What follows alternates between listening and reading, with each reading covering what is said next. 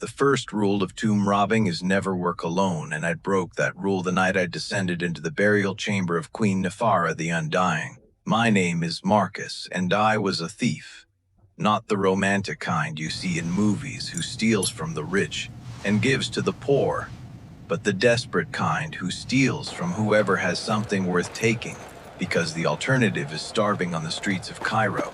I had grown up in the shadow of pyramids and temples that tourists paid fortunes to photograph, surrounded by wealth that belonged to dead people, while living people like me scrounged for scraps in the gutters. The injustice of it ate at me throughout my childhood, watching foreign archaeologists cart away treasures that should have belonged to my country while my mother worked herself to death cleaning hotel rooms for tips that barely covered our rent. When she died, I was 16 and alone, and I made a choice that would define the rest of my life. I started stealing back what the foreigners had stolen first, breaking into museums and private collections and archaeological sites to take artifacts that would fetch enough money on the black market to keep me alive another month. I was good at it. Better than good. I had a talent for getting into places I was not supposed to be and getting out again without leaving traces. I learned to disable security systems and pick locks and move through darkness like I was made of shadow. I built a reputation in the underground world of antiquities theft, a reputation for reliability and discretion, and a willingness to take jobs that other thieves considered too dangerous. The job that brought me to Nephara's tomb came from a collector in London who wanted a specific artifact, a golden scarab that ancient texts described as the heart of the Obsidian Queen. The scarab was supposedly buried with Nephara in a tomb that had never been found by legitimate archaeologists, a hidden chamber beneath one of the lesser pyramids that had escaped detection for over 3,000 years. My contact had obtained information about its location from sources he would not identify, and he was willing to pay more money than I had ever seen for its retrieval. I should have asked more questions. I should have wondered why a tomb that had remained hidden for millennia was suddenly discoverable. I should have been suspicious of the amount being offered for a single artifact, an amount that suggested the buyer knew something about its value that he was not sharing. But I was arrogant and I was greedy, and I was convinced that my skills made me untouchable. I descended into the darkness beneath the pyramid on a moonless night, following the map my contact had provided, squeezing through passages that had been sealed since before the birth of Christ. The tomb was exactly where the map said it would be, a chamber carved from black stone that absorbed the light from my flashlight rather than reflecting it. The walls were covered in hieroglyphics that I could not read, images of a woman in ceremonial robes surrounded by figures that seemed to be bowing or perhaps cowering before her. The air was thick and stale, untouched by human breath for 30 centuries, and it carried a smell that was not quite decay but something older and stranger that made my stomach clench with instinctive unease. The sarcophagus dominated the center of the chamber, a massive rectangle of obsidian that gleamed like polished night. It was carved with the same images as the walls, the robed woman repeated over and over, her face beautiful and terrible in equal measure. Around the sarcophagus lay treasures beyond imagination, gold and jewels and artifacts that would have made any museum curator weep with envy. But I was not there for any of those. I was there for the scarab. I found it resting on the lid of the sarcophagus, a beetle carved from gold and inlaid with stones that seemed to glow with their own inner light. It was smaller than I expected, fitting easily in my palm when I picked it up. But it was heavier than gold should be and warmer than the stale air of the tomb could account for. The moment my fingers closed around it, I knew I had made a mistake. The warmth spread from the scarab into my hand, up my arm, through my chest, filling my entire body with heat that intensified rapidly from comfortable to painful to agonizing. I tried to drop the artifact, but my fingers would not open, frozen around the golden beetle as if we had been fused together. I tried to scream, but my voice was gone, stolen by the same force that was now burning through my veins like liquid fire. I fell to my knees before the sarcophagus, my vision blurring with tears of pain, my body refusing to obey any command I gave it. And then, the lid of the sarcophagus began to move. It should have taken a dozen men to shift that massive stone, but it slid aside on its own, pushed by something inside that was not concerned with the weight or the mechanics of the action. A hand emerged from the darkness within, wrapped in decayed linen that crumbled as the fingers flexed, revealing skin beneath that was not the desiccated leather of a mummy, but smooth and brown and very much alive. The figure that rose from the sarcophagus was a woman, tall and regal and beautiful in a way that transcended time or culture. She wore the robes from the wall carvings, black fabric that seemed to drink light the same way the obsidian did. Her eyes opened and they were gold, pure metallic gold that reflected my terrified face back at me as she looked down at the thief who had disturbed her eternal rest. She spoke, and her voice was like desert wind carrying sand across dunes, dry and ancient and powerful beyond measure. The language was not one I recognized, but somehow I understood every word, the meaning flowing directly into my mind without passing through my ears.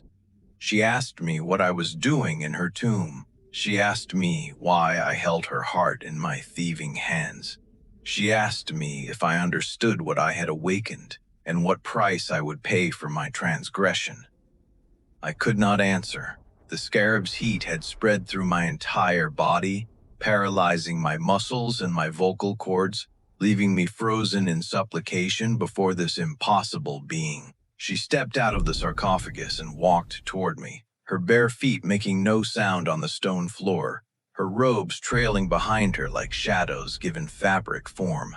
She stopped directly in front of me and crouched down until her face was level with mine, those golden eyes examining me with an intensity that felt like physical weight pressing against my soul. She told me her name was Nephara, and she had ruled an empire that had existed before the first pyramid was built, before the first pharaoh wore the double crown, before humanity had learned to write or build with stone.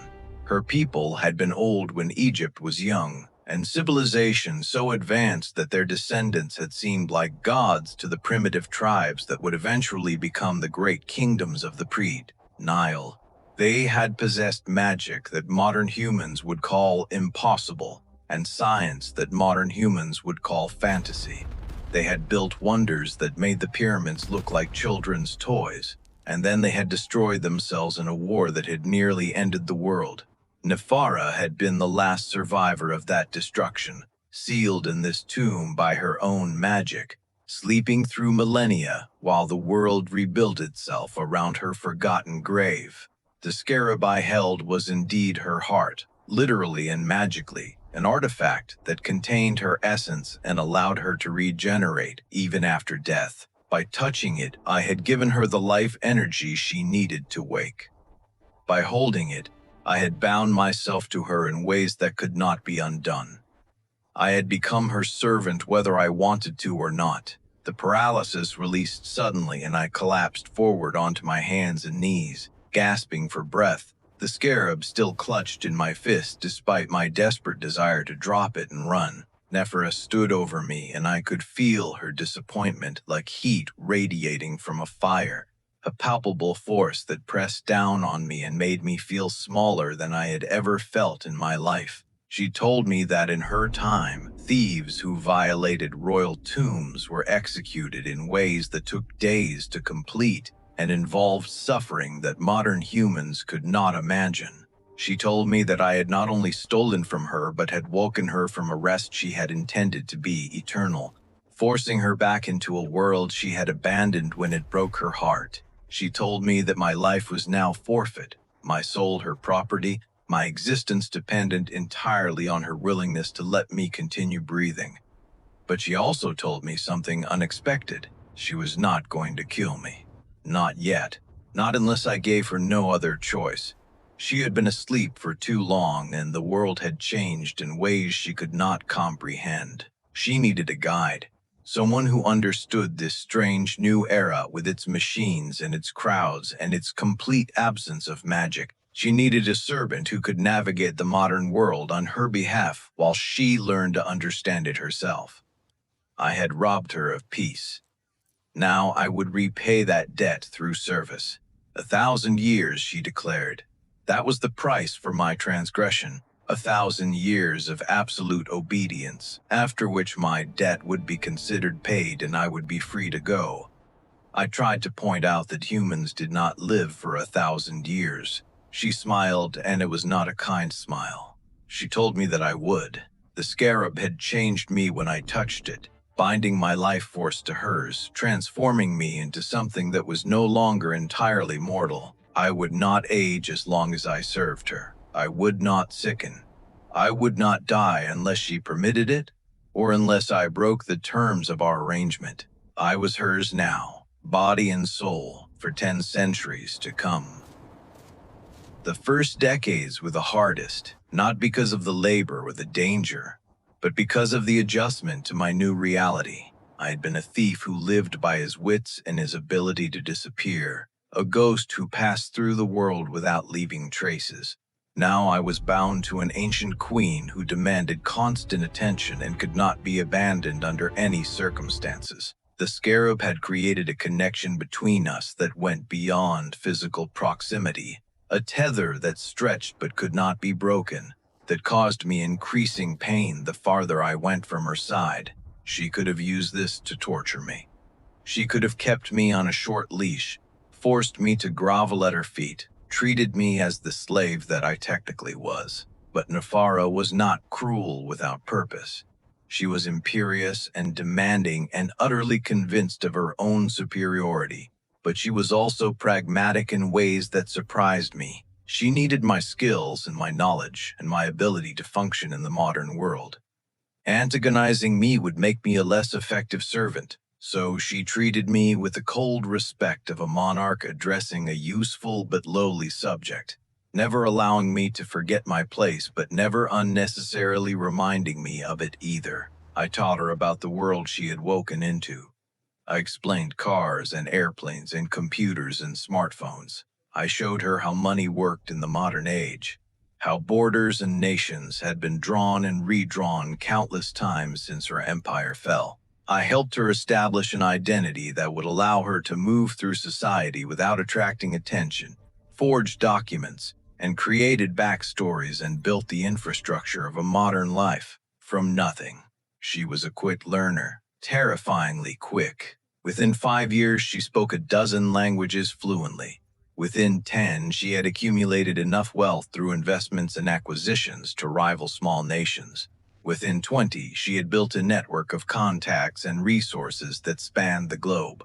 All of it managed through proxies and intermediaries that kept her true nature hidden from a world that was not ready to believe in ancient queens who refused to stay dead. And throughout all of it, I was by her side, her guide, her servant, her constant companion, whether I wanted to be or not. Something changed between us around the 50th year, though I could not have identified the exact moment when it happened. The dynamic that had begun as captivity and servitude had evolved into something more complicated, a partnership of sorts that blurred the lines between master and servant. Nephara had stopped treating me as a tool to be used and started treating me as an advisor to be consulted. She asked my opinions on decisions that affected her growing empire. She listened when I disagreed with her conclusions. She even, on rare occasions, admitted that I was right and she was wrong, which from a being of her pride was an extraordinary concession. I realized at some point that I had stopped resenting my captivity, the life I had lived before, stealing to survive, running from authorities, trusting no one because trust was a weakness that got thieves killed, had been no kind of freedom at all. I had been as much a prisoner of my circumstances as I now was of Nephara's magic. The difference was that now I had security, purpose, and the companionship of someone who, despite everything, had become important to me. I tried to hide these feelings. The power imbalance between us was too extreme for anything approaching normal emotion. She was an immortal queen and I was her indentured servant. Whatever I felt was inappropriate at best and dangerous at worst. But Nephara was ancient and observant and far more perceptive than I gave her credit for. She noticed the way I looked at her when I thought she was not paying attention. She noticed the way my heart rate increased when she stood too close. She noticed everything, because noticing was how she had survived millennia of existence, and she chose to say nothing about it for reasons I could not understand. The tension between us built slowly over decades, unacknowledged but undeniable, a pressure that increased with each passing year. We were bound together by magic and circumstance and the growing weight of shared history. We had been through crises and triumphs and quiet moments that stretched into comfortable silences. We knew each other better than anyone else in the world because we were the only constants in each other's existence while everything else changed around us. The breaking point came during our 100th year together in a penthouse apartment overlooking a city that had not existed when she went to sleep. I had just returned from a mission she had sent me on, a dangerous retrieval of an artifact that a rival collector was trying to acquire. I was injured, 3 broken ribs, and a knife wound in my shoulder that was deep enough to see bone. Nephara healed me with magic that I still did not fully understand, her hands glowing with golden light as she pressed them against my wounds and forced my flesh to knit back together. The process was painful but effective, and I had experienced it enough times over the century that the pain no longer fazed me. What fazed me was her expression when she finished, the look in her golden eyes that was not the cold assessment of a queen examining a damaged tool but something warmer and more vulnerable. She asked me why I kept risking myself for her missions. She asked me why I followed her orders so faithfully when we both knew the binding magic could not force me to care about the outcomes. She asked me, for the first time in 100 years, what I actually wanted. I told her the truth. I wanted her. I had wanted her for decades. Had fallen in love with her so gradually that I could not identify when it had happened, only that it was now the defining fact of my existence. I expected anger. I expected disgust. I expected her to remind me of my place and dismiss my feelings as the confused emotions of a servant who had forgotten the nature of our relationship. Instead, she kissed me. Her lips were warm against mine and tasted of honey and spices that had not been cultivated in 3,000 years. Her hands cupped my face with a gentleness I had never experienced from her before. When she pulled back, her golden eyes were shining with something that might have been tears, if immortal queens were capable of crying. She told me she had been waiting for me to say something for 50 years. She told me she had fallen in love with me long before I fell in love with her. She told me that she had said nothing because she did not know how to love without commanding, how to want without demanding, how to ask when she had spent millennia simply taking whatever she desired. She had been afraid. An immortal queen who had survived the fall of civilization and slept through the rise of empires had been afraid of rejection by a thief she had pulled from her tomb and claimed as her servant. The centuries that followed were different from anything either of us had experienced before. We were no longer queen and servant, but partners in the truest sense, equals bound by choice as much as by magic. The 1,000-year debt I owed her became irrelevant, a technicality that neither of us cared about. The original terms of our arrangement forgotten in favor of a relationship that transcended such considerations. We traveled the world together, exploring everything that had changed since she had gone to sleep and everything that had somehow remained the same. She showed me the sites where her empire had once stood, places that were now desert or farmland or modern cities built atop ruins that no one remembered. I showed her the wonders of the modern age, technologies and achievements that amazed even someone who had once commanded powers beyond human imagination. We built a life together in the spaces between worlds, not quite part of modern society, but not separate from it either, observing and occasionally influencing but never fully belonging. We watched generations of humans live and die while we remained unchanged, a perspective that was sometimes beautiful and sometimes unbearable. We learned to treasure the moments of joy because we knew that such moments were rare gifts in an existence that stretched toward infinity. We learned to weather the periods of sorrow because we knew that even the deepest pain would eventually fade into memory. We learned, most importantly, to appreciate each other, to never take for granted the miraculous luck that had brought us together in the first place. The irony of my situation is not lost on me when I reflect on how far I have come. I descended into that tomb as a thief seeking to steal a dead queen's treasure. I emerged as the partner of a living goddess who had given me more than I could ever have stolen from 1,000 tombs. The 1,000 years of service I supposedly owed her have long since passed, the debt repaid many times over by my loyalty and devotion. But I have not left. I could not leave even if I wanted to, because leaving would mean leaving her, and leaving her would mean returning to the emptiness that defined my existence before she woke. I choose to stay because choosing her is the only choice that makes sense, the only choice that feels right, the only choice that transforms a thief's punishment into a lover's paradise. Nephara still sleeps in her obsidian sarcophagus sometimes, returning to the tomb I first invaded all those centuries ago to rest in the darkness that comforts her. I wait for her in the world above, managing our affairs and protecting our interests and counting the hours until she returns. The scarab still rests against my chest, warm and alive, her heart that I once tried to steal now given to me willingly. I am no longer a servant bound by magic, but a partner bound by love. I am no longer a thief stealing from the dead, but a guardian protecting the living.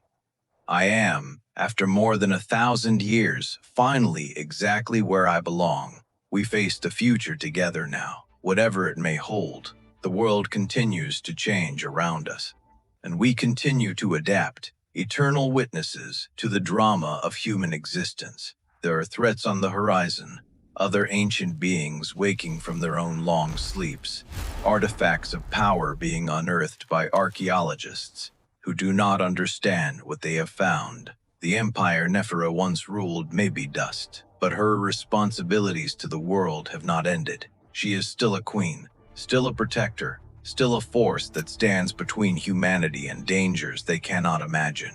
And I stand with her now and forever, the thief who became a servant, who became a lover, who became a partner.